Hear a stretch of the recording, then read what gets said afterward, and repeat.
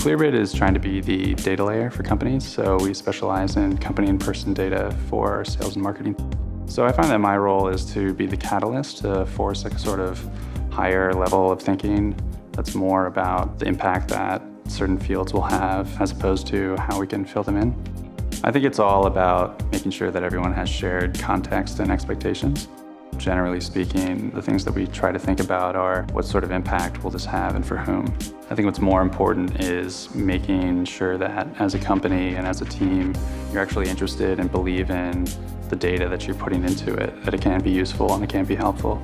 After a deploy, immediately we're looking at our most low-level monitoring tools to make sure that there aren't bugs and that things are functioning at the most basic level. So when we first find that there's a bug or an issue in one of our monitoring tools, we'll raise that in Slack to make sure that the whole team is aware of it.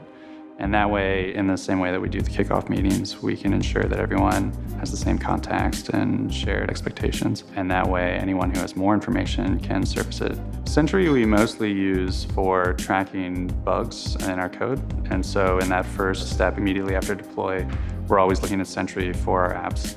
But beyond that, we also use it to throw some other types of errors that aren't necessarily bugs, but more like higher level issues that we see with the responses that we're getting back or that we're giving to customers. So for instance, we could put one of those metrics into Sentry, and that way we have better tracking over time. From there, we'll tend to try and collaborate with other monitoring tools or ways of introspecting the issue to assess it. One step beyond that, we're looking to have a few of our most trusted users take a look at it and make sure that for them it's working as they expect.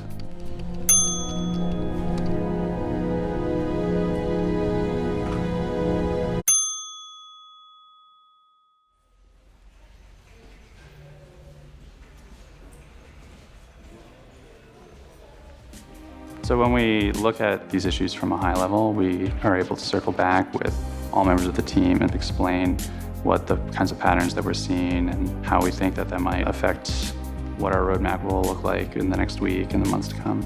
I think since taking this perspective, we've been able to release more often with more confidence. We're also better able to release on top of one another without worrying about potential bugs being put into place. The value of thinking at a higher level is that it allows you to be more proactive than reactive, and being proactive allows you to differentiate in ways that other companies can't. It allows you to show what's actually truly important and individual about your company.